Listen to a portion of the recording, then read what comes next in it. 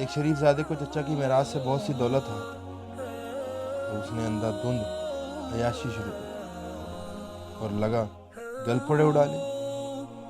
میں نے نصیحت کی کہ بیٹا آمدنی چلتا ہوا پانی اور خرچ بن چکی ہے، یعنی خرچ آمدنی پر موقوف ہے۔ آمدنی سے زیادہ صرف کرنا اسراف اور فضول خرچی ہے، پس تمہیں بھی کھیل کود چھوڑ کر عقل و تمیز سیکھنی چاہیے کہ مال ختم ہو جانے پر سختی نہ اٹھانی۔ نوجوان کھانے پینے کی لذت میں یہ نصیحت کب سنتا تھا؟ اس نے الٹا میری بات پر اعتراض کیا کہ حضرت آئندہ تکلیف کے ڈر سے اس وقت آرام نہ اٹھانا، کہاں کی عقل مند۔ میں نے یہ دیکھ کر میری خیر خواہی کی گرمی اس کے دل کے ٹھنڈے لوہے پر اثر نہیں کرتی، نصیحت چھوڑ ملنا جلنا بھی ترک کر دیا۔ آخر تھوڑے ہی دنوں میں نے اس کو اس حال میں تباہ و برباد دیکھا کہ چیتھڑے پر چیتھڑے جوڑتا اور لقمہ لقمہ مانگ کر پیٹ پالتا۔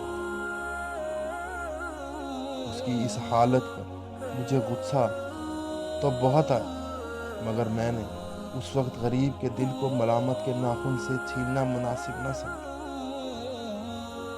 اور دل میں کہا جو لوگ آمدنی اور خرچ میں اعتدال نہیں رکھتے ان کا یہی حال ہے۔